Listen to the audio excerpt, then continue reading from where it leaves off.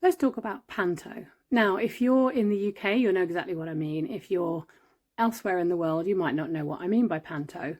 It is a years-old tradition of going to see a show at a theatre which involves very, very specific things. Usually a Panto horse or cow, which involves two people, one in the back end and one in the front end of a costume. It involves classic phrases such as, "He's behind you," and "Oh no, it isn't." Anyway, it's a huge British tradition and is very, very much a Christmas thing. Most towns and cities will have some kind of a panto going on, and I think a lot of us feel like that's kind of a rite of passage, that we should take our kids to the panto. My kid's never been, because he doesn't do, or he never has done, sitting in rows and watching something that lasts for an hour to 2 hours, especially when there are unpredictable scenes, unpredictable noises, people perhaps acting in a way that they wouldn't normally. All of that sort of stuff was always difficult for them when they were a little kid.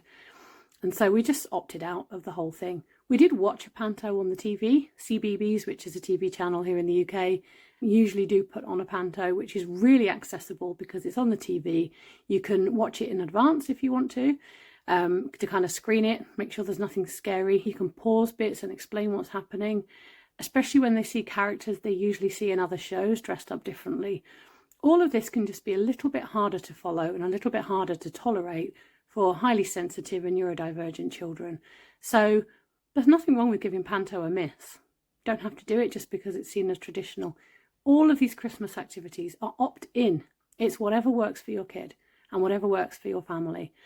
And if the school is going to have a panto visiting, which my son's school used to do, we just used to opt him out. We'd say, well, he's either not going to come or he can go sit somewhere else in a different room while it's happening. You have the right to make that request. It's a reasonable adjustment if your child has neurodivergence or is highly sensitive.